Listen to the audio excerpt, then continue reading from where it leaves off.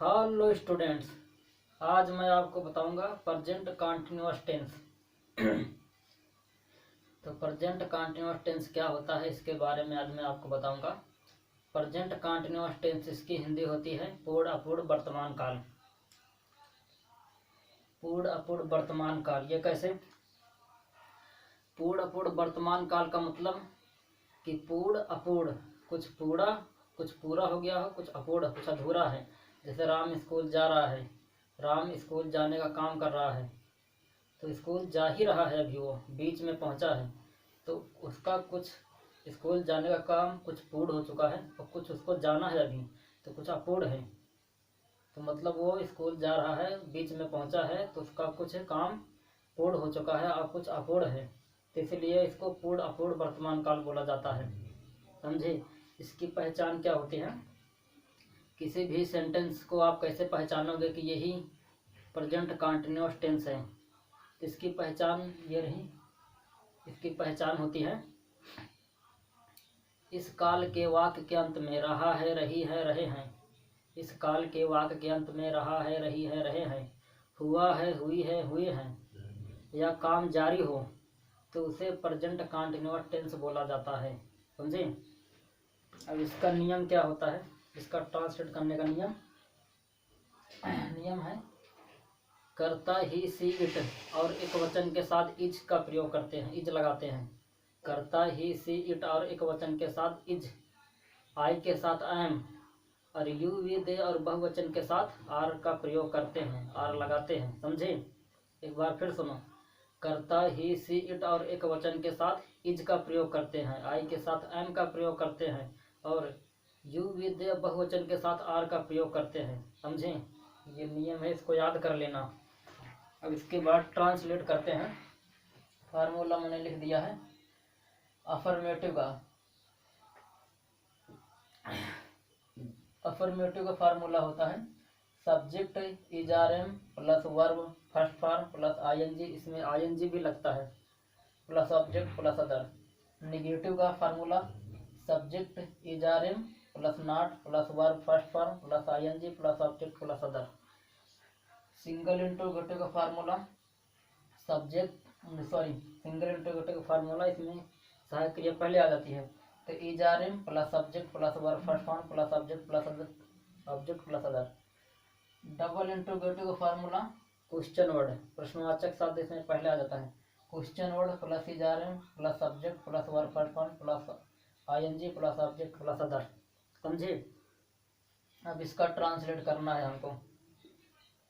राम अपने घर में खाना खा रहा है, इसका हमें ट्रांसलेट करना है। समझे? इसमें इसका हमें ट्रांसलेट करना है। बिल्कुल आसान है, समझे? बिल्कुल आसान है, कुछ नहीं करना है, बस फार्मूले में रख देना है।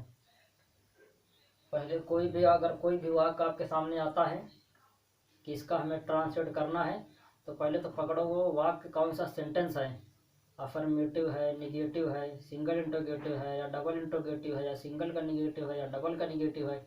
पहले उसको पकड़ो, ये कौन सा सेंटेंस है, पकड़ लिए कौन सा सेंटेंस है। उसके बाद बस उसे फार्मूले में रख दो। अफर्मेटिव का है तो अफर्मेटिव के फार्मूले में रखो, निगेटिव का है निगेटिव में रखो, सिंगल का है सिंगल में, डबल का है डबल में। समझे? बस उसी फार्मूले में रख देना है और कुछ नहीं करना है। जैसे राम अपने घर में खाना खा रहा है, राम अपने घर में खाना खा रहा है, इसका हमें ट्रांसलेट करना है। तो राम अपने घर में खाना खा रहा है, ये अफर्मेटिव है। अफर्मेटिव का फार्मूला ये रहा, इसी में रख दो। अफर्मेटिव का फार्मूला क्या है, पहले सब्जेक्ट लिखा जाएगा, उसके बाद इज आर एम। तो पहले सब्जेक्ट की इंग्लिश लिखी जाएगी, सब्जेक्ट क्या है, राम, तो राम। अब राम के साथ या तो इज या तो आर या तो एम, तीनों में से एक लिखा जाएगा, या इज या आर या एम। तो राम के साथ क्या लिखा जाएगा, तो राम के साथ इज लगेगा, आर लगेगा या एम लगेगा। तो ये हमको नियम में पता चलेगा। नियम हमारा ये रहा, कर्ता ही सी इट और एक वचन के साथ इज लगाते हैं। तो कर्ता अगर ही है, सी है, इट है, और कर्ता एक वचन में है, तो उसके साथ इज लगाते हैं।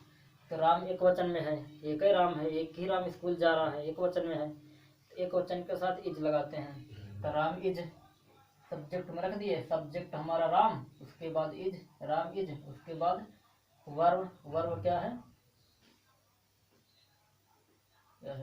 खाना, खा रहा है, तो ईट। राम इज ईट, अब वर्ब के साथ आईएनजी लगेगा, ईटिंग, तो Ram is eating food in the kitchen, in his kitchen, अपने घर में खा रहा है, इन हिज किचन। समझे? कुछ नहीं करना है, बस आपको फार्मूले में रख देना है, फार्मूले में रख देना है। लेकिन फार्मूले में रखने के लिए आपको सब्जेक्ट मालूम होना चाहिए, उसके बाद वर्ब मालूम होना चाहिए, ऑब्जेक्ट अदर मालूम होना चाहिए। नहीं पता लगे फार्मूले में तो रख रहे हो, सब्जेक्ट के जगह पे ऑब्जेक्ट रख दिए, हाँ, और ऑब्जेक्ट के जगह पे वर्ग रख दिए, तो ऐसे थोड़ी होगा। वो मैंने ग्रामर में बताया है कि सब्जेक्ट किसे कहते हैं, ऑब्जेक्ट किसे कहते हैं, वर्ब किसे कहते हैं, इसको ग्रामर में मैंने बताया, पीछे जाके पढ़ो आप, ठीक है। उसके बाद दूसरा, तुम उसके घर में क्या कर रहे हो, तुम उसके घर में क्या कर रहे हो, इसका हमें ट्रांसलेट करना है, ठीक है। तो पहले तो इसको पकड़ो, ये कौन सा सेंटेंस है, अफर्मेटिव है, निगेटिव है, सिंगल इंटरोगेटिव है, डबल इंटरोगेटिव है, पकड़ो कौन सा सेंटेंस है। तुम उसके घर में क्या कर रहे हो, ये डबल इंटरोगेटिव है। अब आप सोच रहे हो कैसे बता दिया डबल इंटरोगेटिव है, तो ये भैया मैंने पहले ही चैप्टर में इसको मैंने पढ़ाया है सेंटेंस, पीछे जाके आप पढ़ो, देखो वीडियो, समझो ये कैसे डबल इंटरोगेटिव हो गया, समझे। तो तुम उसके घर में क्या कर रहे हो, ये डबल इंटरोगेटिव है, ठीक है। अब डबल इंटरोगेटिव है तो डबल इंटरोगेटिव फार्मूले में रख दो। फार्मूला क्या है, क्वेश्चन वर्ड, तो पहले क्वेश्चन वर्ड लिखा जाएगा। क्वेश्चन वर्ड क्या है, व्हाट, ठीक है। क्वेश्चन वर्ड, उसके बाद इज आर एम, या इज लगेगा या आर लगेगा या एम लगेगा। तो तुम है, यू करता यू है, यू के साथ क्या लगता है, यू के साथ आर लगता है ना। फार्मूला देख लो, नहीं समझ में आ रहा तो फार्मूला देखो, यू के साथ क्या लगेगा, आर लगेगा। तो what are you doing, what are you doing in his house, तुम उसके घर में क्या कर रहे हो, what are you doing in his house. उसके बाद राधा कुर्सी पर बैठी है, राधा कुर्सी पर बैठी है, ये भी कंटिन्यूअस है, बैठी है मतलब पहले भी बैठी थी, अभी भी बैठी है, आगे भी बैठी रहेगी, उसका काम जारी है, ठीक है। इसका हमें ट्रांसलेट करना है। अफर्मेटिव है, अफर्मेटिव में रख दो, पहले सब्जेक्ट, सब्जेक्ट क्या है, राधा, उसके बाद इज आर एम, तो राधा एक वचन है, एक वचन के साथ इज, राधा इज, बैठना का, उसके बाद वर्ब बैठना, सिट, आईएनजी सिटिंग, चेयर पर, इन द चेयर। अब आप लोग बोलोगे on the chair, in the chair, कभी ऑन लगाते हैं कभी इन लगाते हैं, ये क्या मतलब। तो ये इसका मतलब ये है कि देखो, अगर हम उस कुर्सी पर बैठे हैं, उस चेयर पर बैठे हैं जिसका दोनों हत्था निकला हुआ है, उस पर बैठेंगे तो हम कुर्सी के अंदर चले जाएंगे तो इन होगा, कुर्सी के अंदर हो गए तो हम कुर्सी में बैठे हैं तो इन होगा।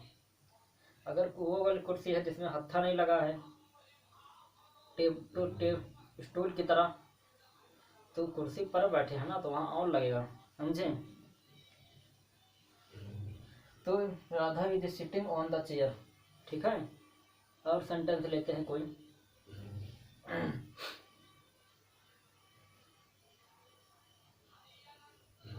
तुम इलाहाबाद कब जाते हो, तुम इलाहाबाद कब जा रहे हो, इसका हमें ट्रांसलेट करना है। तुम इलाहाबाद कब जा रहे हो, इसका हमें ट्रांसलेट करना है। ये डबल इंट्रोगेटिव है, डबल इंट्रोगेटिव और डबल इंट्रोगेटिव फार्मूले में रख दो। पहले क्वेश्चन वर्ड लिखा जाता है, क्वेश्चन वर्ड कब जा रहे हो, कब, व्हेन, व्हेन यू, सहायक क्रिया इज आर एम, ये इज लगेगा, आर लगेगा, एम क्या लगेगा, तो यू है तुम, तो यू के साथ आर, तो when are you, when are you, verb go, I N G going, when are you going to Allahabad, तुम इलाहाबाद कब जा रहे हो, when are you going to Allahabad. और कोई सेंटेंस लेते हैं, याद नहीं आता मेन टाइम पे सेंटेंस। राधा सुबह, मोहन अपने घर में पत्र लिख रहा है, मोहन अपने घर में पत्र लिख रहा है, अफर्मेटिव है। Mohan is writing a letter in his house, समझे। समझो बात को। जो नहीं समझ में आ रहा है व्हाट्सअप नंबर दिया है, आप वीडियो कॉल करके हमसे पूछ सकते हो, ठीक है। ओके।